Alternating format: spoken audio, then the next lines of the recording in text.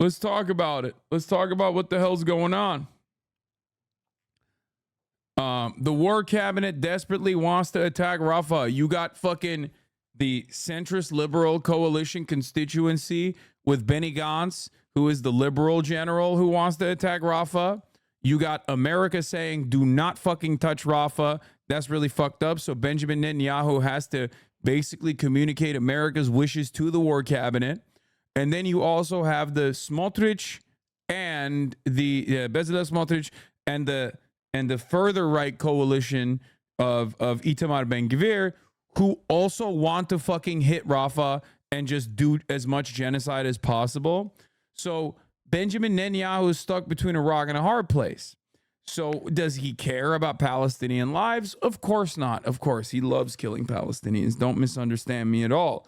But he also understands with his, 20, 30 fucking years of experience with dealing with the United States of America as the state representative of Israel, that, invading Rafah is probably going to really piss off the Western world and just like maybe even sever some ties. You got the ICC arrest warrants that are coming down potentially. There's a lot of Western pressure on Israel. Now, obviously, many of you will say, Western pressure on Israel from actual organs of the government? The fuck do you mean? These guys are doing a genocide.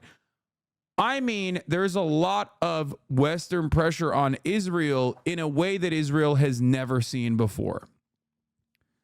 Because if you're Israel, you're used to being babied all day, every day. They're like, how much money you want? Oh, I'm so mad at you, but here's like fucking $1 gazillion of weapons that you can use on directly targeting children inside of Gaza, right?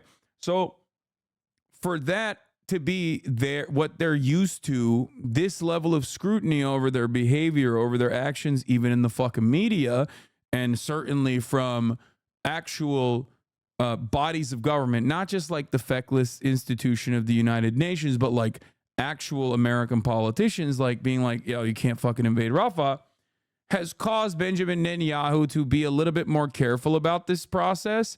But he still obviously has internal issues. One of the major roles he's playing here is obviously defending his legacy and maintaining his power, because if he's out of office, if he's out of the war cabinet, he's gone. If there's a new election, he's gone, right? Or at least like he most likely will not be able to build another coalition. So, having said that, he doesn't want to fucking let the war cabinet go. So this is the reason why the even further right elements like Ben-Gvir, even further right elements like Smotrich are capable of basically saying, if you don't do what we want you to do, we'll disband the war cabinet. So he's weak in that sense, because if the war cabinet goes away, new government comes in, he's fucking cooked, he goes to jail. That's it. That's the situation at hand. So these are the different forces converging here on why, if you're wondering like why Israel has not, gone into Rafah yet, it's because of self-preservation from every angle all the way down. And that's why there is like limitations. Now, having said that, it's dog shit. The way that they're trying to, like the fact that they're trying to invade Rafah or even talking about this as anything beyond like another pressure point for Hamas from their perspective is insane to me. Like one might assume that they're simply talking about invading Rafah, even though they don't actually want to invade Rafah, because they want to apply pressure to Hamas so that Hamas will listen to their demands and like lower their otherwise very reasonable demands that they've made time and time again. Like maybe it's just brinksmanship, maybe it's just politics, or maybe if you are fucking Ben-Gvir or Smotrich, it's literally wanting to kill as many Palestinian children as possible because that's the only way you can come. So there are a lot of different factors. There are a lot of different motivations at play here.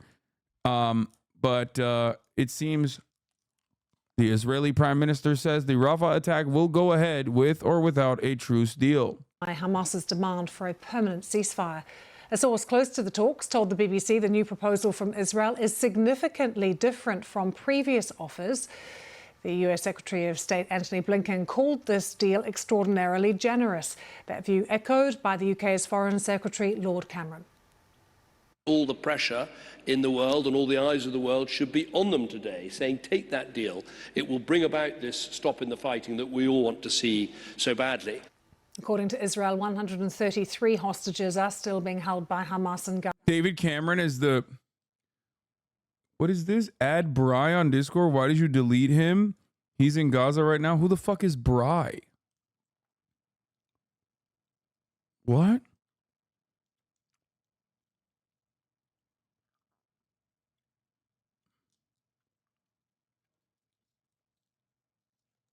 What? Are you okay, bro?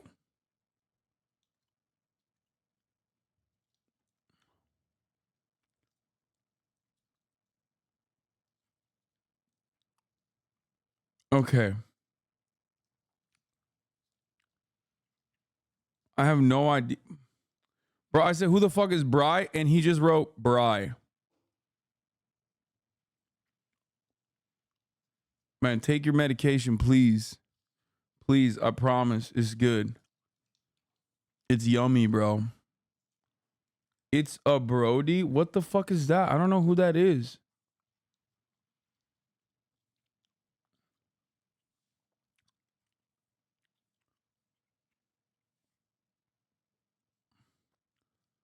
What? I don't even understand what the hell he's saying.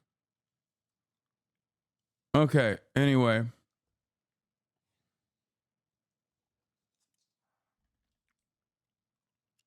Please don't be a debate. Yeah, I don't know what the fuck's going on. All right. So, let's not forget Lord Cameron, the pig fucker himself, is directly the reason why, Elon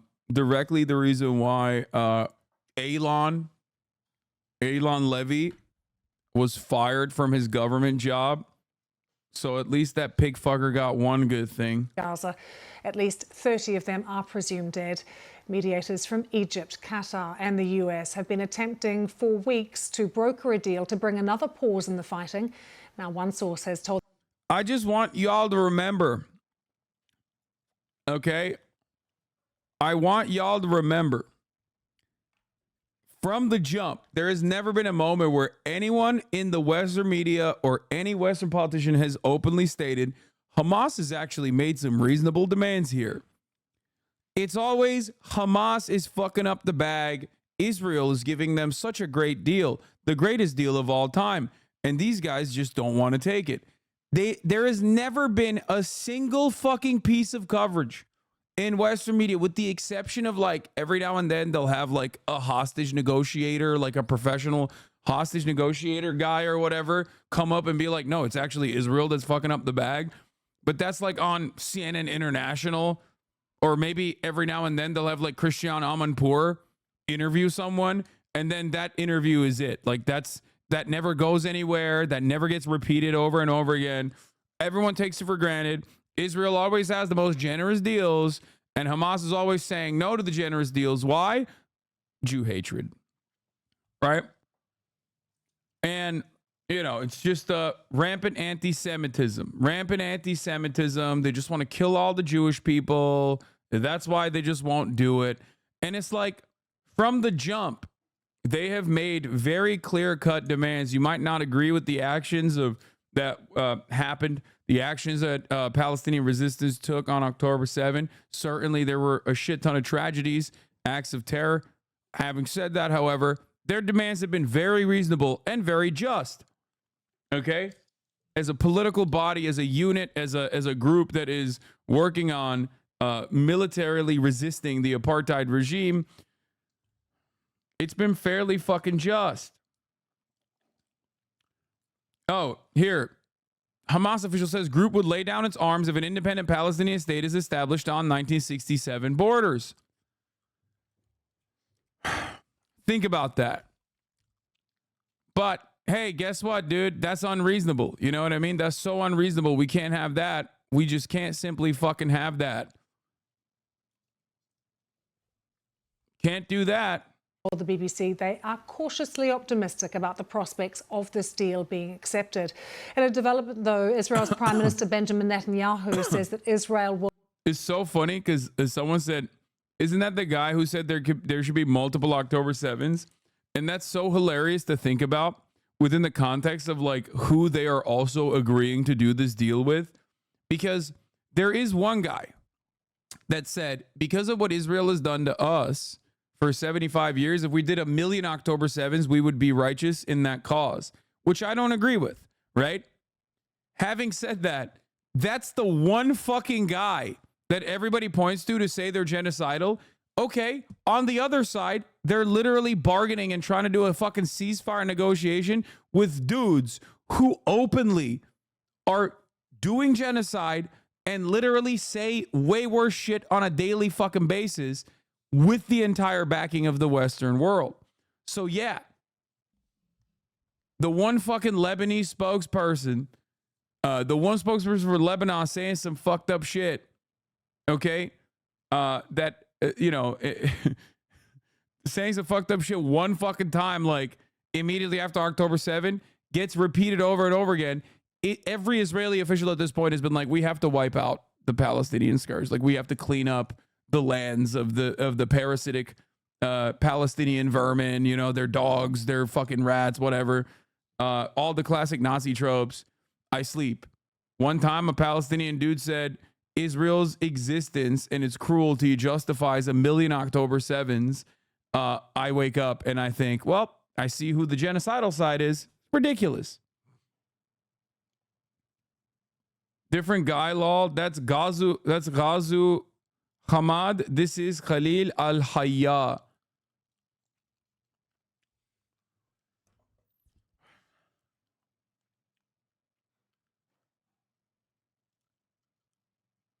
Oh, Smotrich said yesterday he wants to erase the memory of Amalek again. No half-ass job. Rafah, Dir el-Bala, Nusayrat, total annihilation. Erase the memory of Amalek from under the sky. There is no place for this pure evil. Has no cure. Cannot exist. That's so fucking... Ay, ay, ay.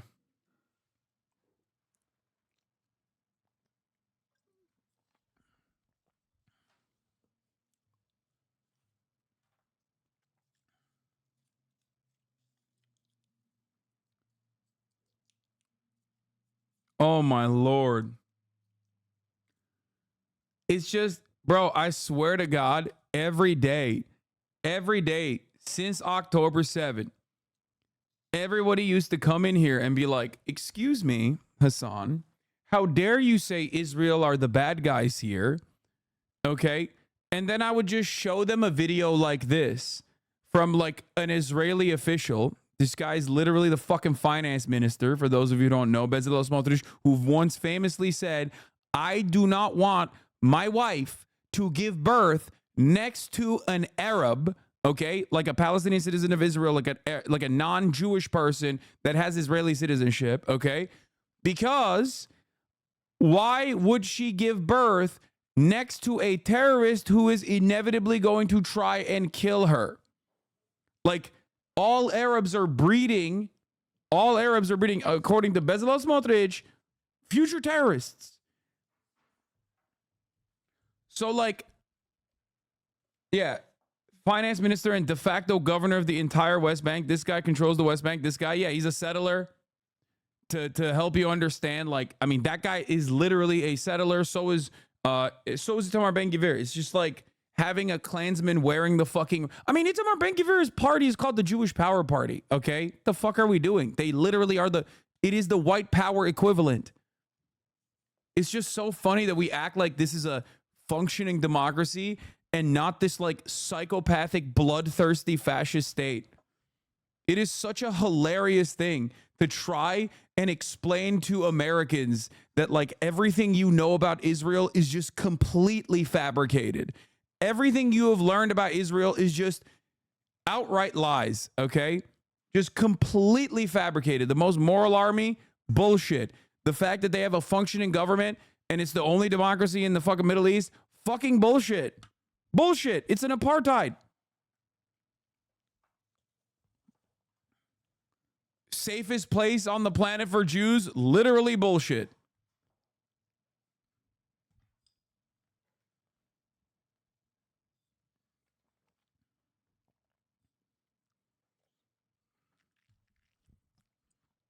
Yeah, the Kahanas are considered too fascistic for even the nutcases in Likud. Ben Gvir and the far-right Zionists are that insane. Yeah. I mean, they're actually terrorists. They're actually, they are like, this is not my classification. This is the American State Department and the Israeli government's classification. Okay? Kahanists is a cult, is a psychopathic far-right Jewish extremist, a Jewish supremacist extremist cult that did acts of terror in the West Bank against Palestinians, and also has like done acts of terror in the United States of America as well. These guys are so fucking far right. They are so psychopathic that the Israeli government thinks they're too much, or thought that they were too much. Obviously now they don't care about it as much, but anyway, so it's always wild whenever we have these conversations and people are just like, wait, what the fuck? The fuck do you mean? Like, are you telling me that an actual fucking rabid, psychopathic, Jewish supremacist far-right cult has like mass support in the Knesset now? And like a, decent amount of support? Will carry out an offensive against Hamas in Rafah, regardless of whether or not a ceasefire deal has been reached. Well, as those negotiations take place, fighting continues in Gaza. We've seen smoke rising over the centre of the Strip earlier today as airstrikes hit the territory. The Health Ministry said there had been a further 47 deaths in the last day. It says more than 34,500 people have died since the conflict began almost 7 months ago, following the Hamas attack on Israel on October the 7th. Our Middle East correspondent Yolanda is in Jerusalem. This Hamas delegation that was in Cairo meeting Egyptian and Qatari. What? I heard a high schooler say that she can't wait to leave the U.S. to go live in Israel, and that she's sorry if it's controversial, but them that and their friends say that they should build playgrounds in Gaza and remove everything that's there. Don't know how someone can say that with a straight face. There's nothing funnier to me than motherfuckers who just like want to go and live in Israel. Bro, you live in America, okay? Like having an allegiance to a fucking fascist state, like this is so wild to me. Like you already live in a fucking fascist state. And it's a better one. You know what I mean? Why the fuck would you go? Why would you go live in the fucking welfare state of the fascist state that's doing even more overt fascism? It doesn't make sense.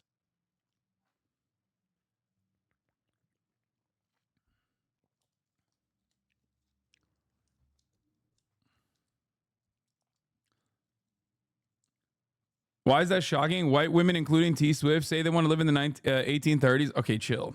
Mediators left late yesterday, and we understand that they're now in consultations with the top Hamas leadership. Arab media suggesting that they will get back to the mediators by the end of tomorrow with their response to the latest deal that's on the table.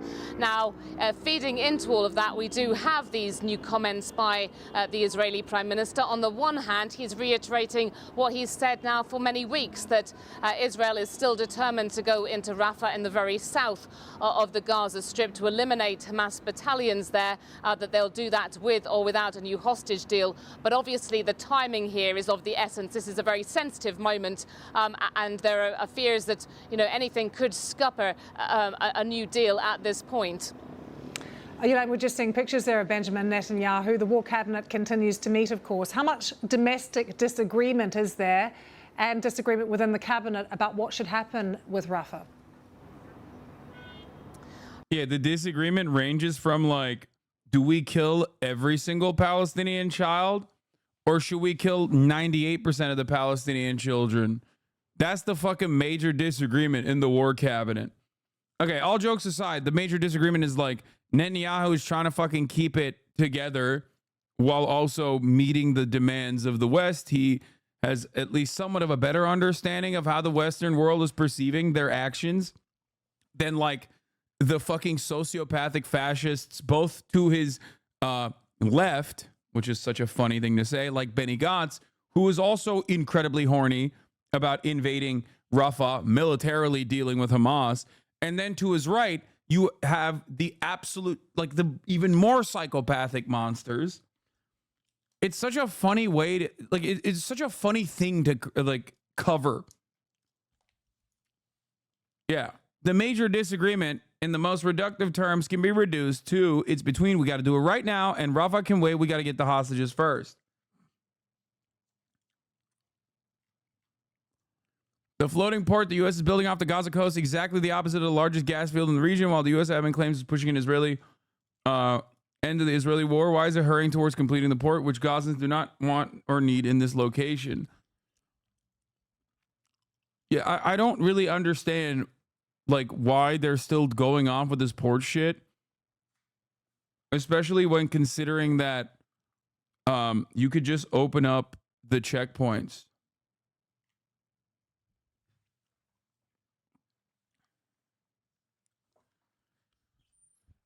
It just doesn't make sense.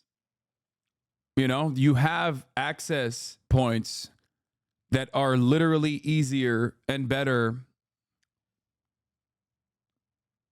that Israel is not allowing anybody to utilize currently.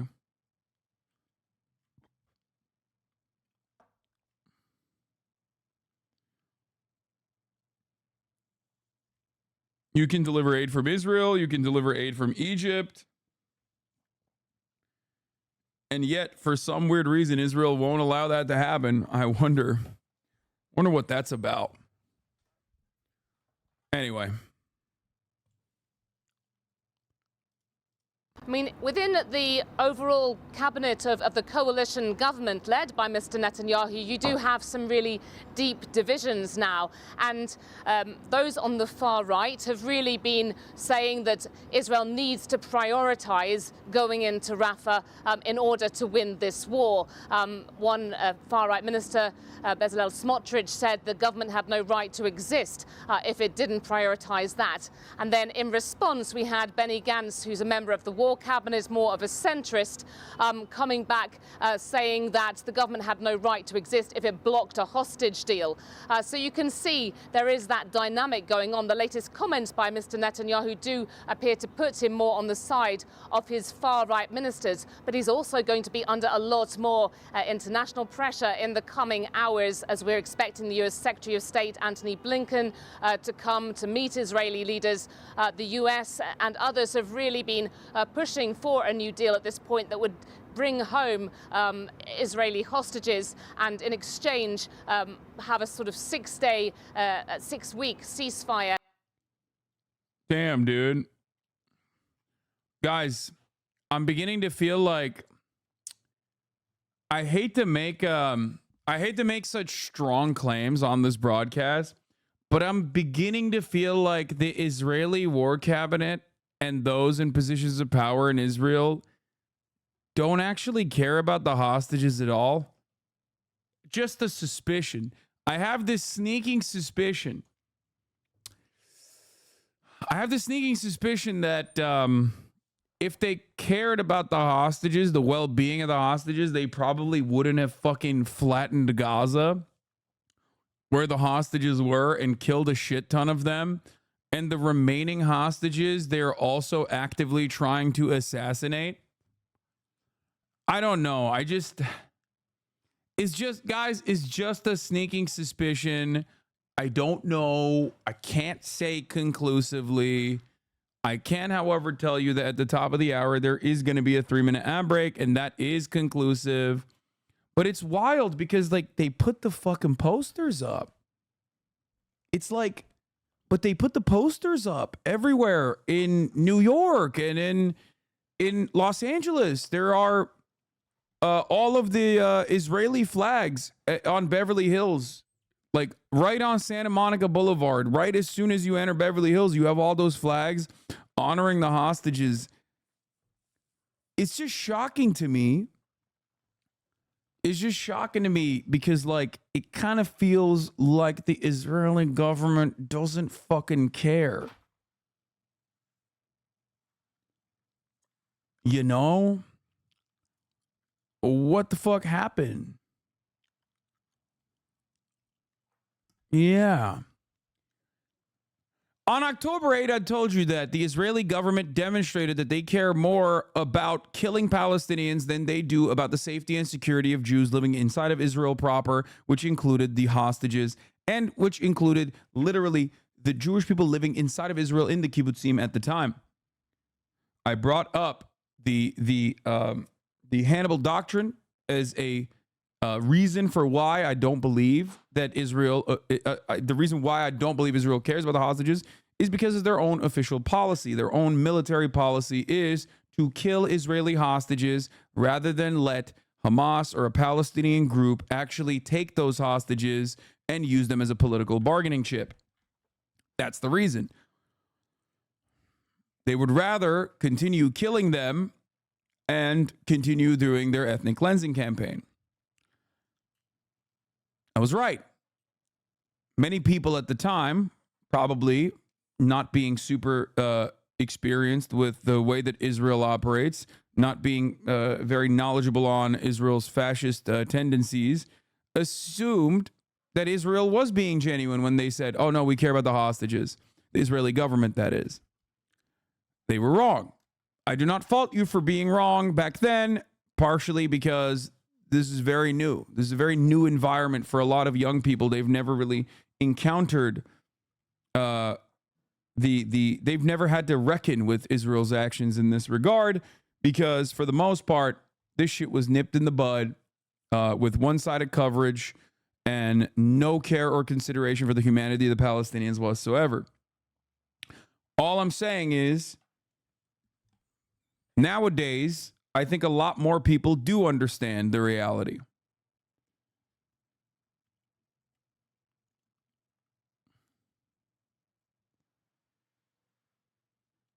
That is hard to believe. They know where the remaining hostages are. Therefore, they are destroying everything around them in order to extract them easier. This is an official policy.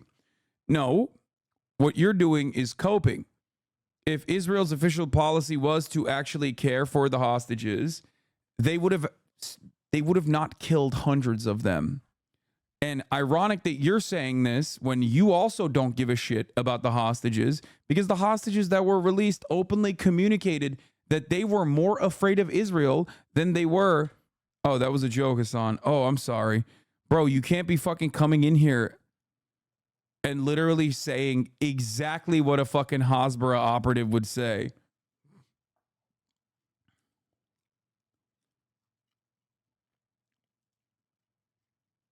Just throw a fucking cap or something. Coming in here all gray with a new account saying that? Yeah.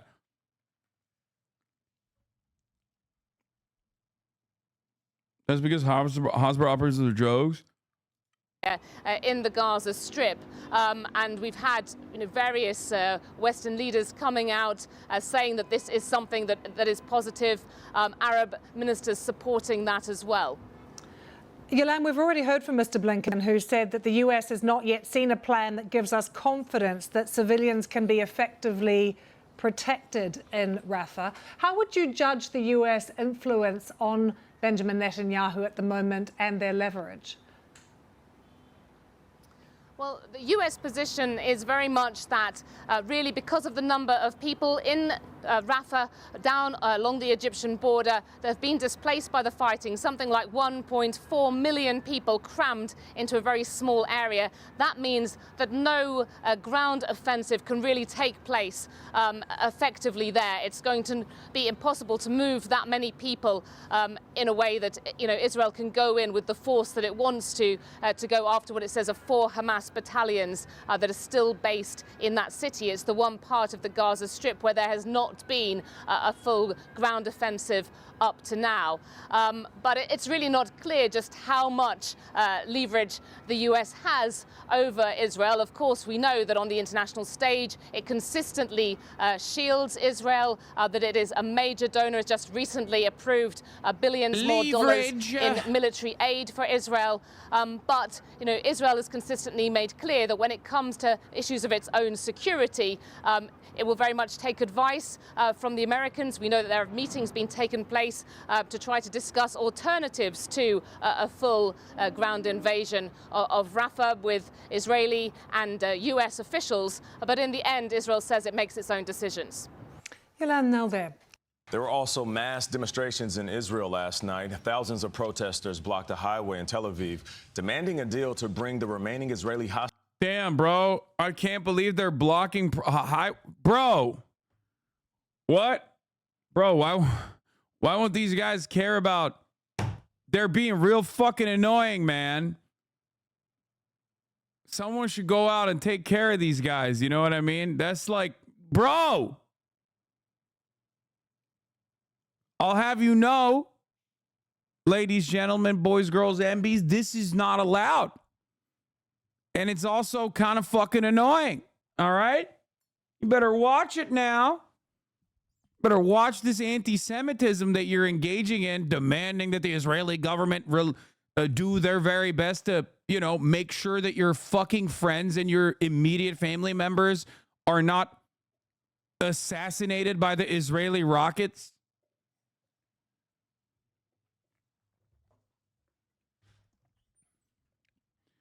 Can't be out here doing that.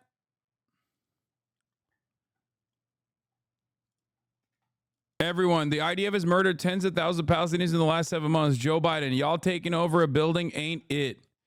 Yeah.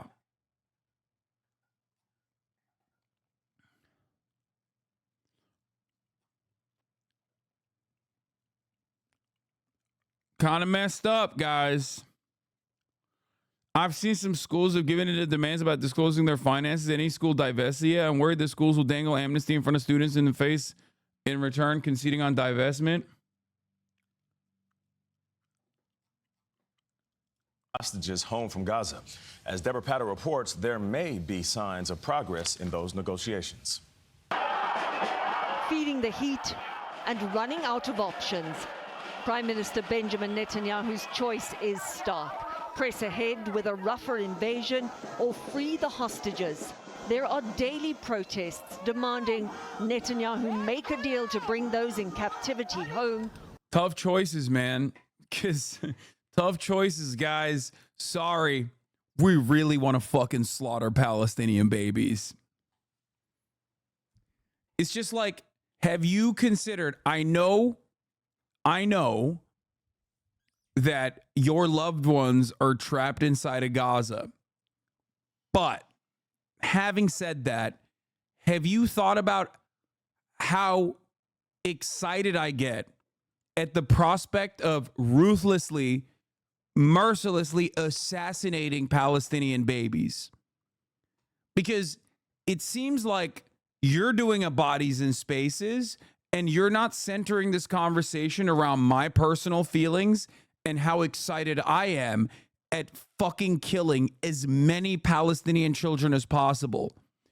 And the thing is, like, if you were to just like think about it a little bit clearly, you would probably understand that you want to mercilessly assassinate the Palestinian babies too. You're kind of a little passionate right now. I get it. Like, oh, your loved one is trapped inside of Gaza under the rubble because we blew it up. Like, sure. But think about it this way. Think about how good it would feel. Genociding an entire ethnic indigenous population feels so fucking good without a bitch telling you in your ear that their best friends are trapped down there. Okay? Just like, that's all I'm saying. It's like Little Caesar's Pizza.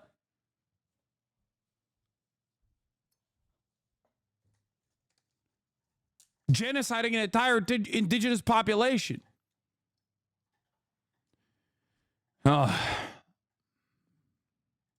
Whatever the price. Stop the talking and start the actions. We are losing people that are alive now, and there is no time to waste. But hardliners in Netanyahu's ruling coalition say his job is on the line if he delays the Rafah offensive in favor of a ceasefire. Also under pressure, Hamas. Hamas has before it a proposal that... At a meeting with the Hostage Families Association told today, Netanyahu said the ICC arrest warrant should be, or shoot you not, an anti-Semitic hate crime. But HasanAbi, you say that, but we all know you have to live in Israel first before commenting or criticizing. Exactly. I need to walk a mile. I need to walk a mile in the most fascist shoes I can wear to really understand how cool it makes you feel when your government is just like ruthlessly bombing children, like nonstop. Is extraordinarily generous on the part of Israel. The US does not support a Rafah offensive, and the Secretary of State made it clear the suffering in Gaza must end. For Palestinians there, an end feels very far away. My uncle is still trapped in the rubble, cries Abdul Rahman Barika. His wheelchair-bound mother was also injured in the Israeli strike. As the house collapsed, Barika faced a decision no one should ever have to make. It was a choice between saving my children or saving my mother, he said. His children survived, but like everyone here, he is sick of war, longing for it to end.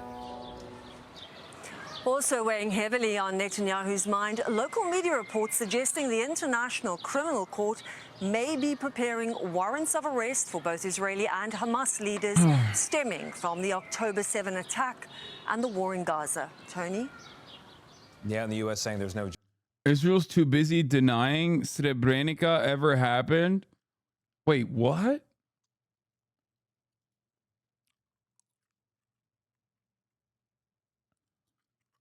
What the fuck? BIH foreign minister slams Israeli ambassador for saying events at Srebrenica are not genocide. Bosnia and Herzegovina's foreign ministry chief Elmedin Konakovic has called the Israeli ambassador to Serbia, Jahel Wilan, a disgrace to both humanity and diplomacy, following the diplomat's statement that Israel does not recognize the events in Srebrenica as a genocide because it belittles the term. Pronounced Srebrenica. Srebrenica. I get why. This is a trap. Chomsky also said this shit. Don't fall for it. Yeah, I think the reason why they say that is because like that being considered a genocide, okay, especially because it has the intent, the genocidal intent locked down, and all the way from administrative officials all the way down to the fucking to the soldiers that act out those desires, directly puts Israel in the crosshairs.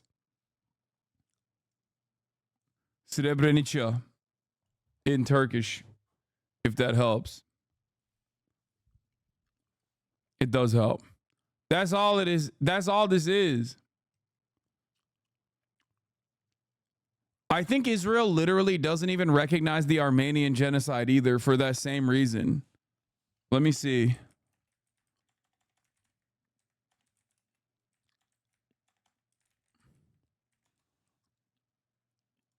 Yeah. Yeah, Israel doesn't recognize, Israel does not recognize the Armenian genocide for two reasons. One, because there are like Armenian Christians in Israel, in Jerusalem, and they fucking hate them, obviously. And the other reason is because like if they were to recognize the Armenian genocide, then people are going to turn around and be like, okay, you're doing that. You're literally doing that, and you're continuing to do that to the Palestinians and even sometimes the Armenians too. Israel's refusal to recognize the Armenian genocide is indefensible.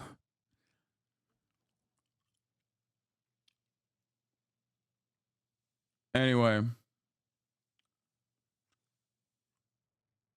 Says that they recognized it in 2016. Is this wrong? I mean, this is from 2019. An article in 2019 says that they don't. I think they recognized it recently, like last month.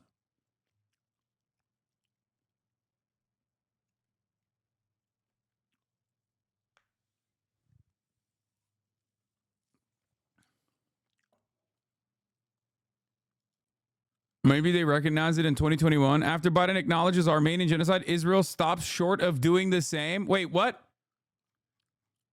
Never mind. I mean, they also did quite literally help the Azeri government, the Azerbaijan government, do ethnic displacement with Israeli weapons. So I don't think they, against Armenians. So I don't think they give a shit about Armenians at all. Anyway. Unlike the Armenian genocide, the Bosnian genocide has been adjudicated in international courts. It was extra bad. I mean,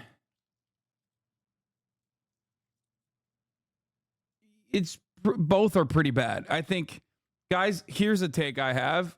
Genocide is bad. I'm an anti-genocide guy, okay? That's all I'm saying, you know? Across the board, brave take, guys. Genocide, not good. Very wrong. Probably one of the worst things you can do. Other than I don't know, like having a Korean developer put a lace bra on 1 out of 74 articles of clothing that are readily available in the Stellar Blade franchise. I feel like who's to say which is worse? Well, you know, obviously the Stellar Blade thing, because that's kind of like a million 9/11s happening to the gamers, the Gooner gamers.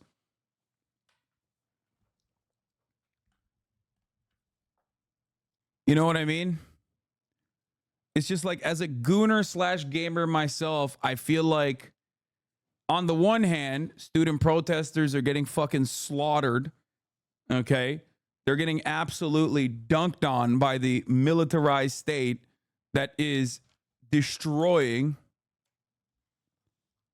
College students protesting for Palestinian emancipation. Publisher potentially blocked pixel cleavage out of one outfit. Yeah. This is, I mean, who's to say which is worse?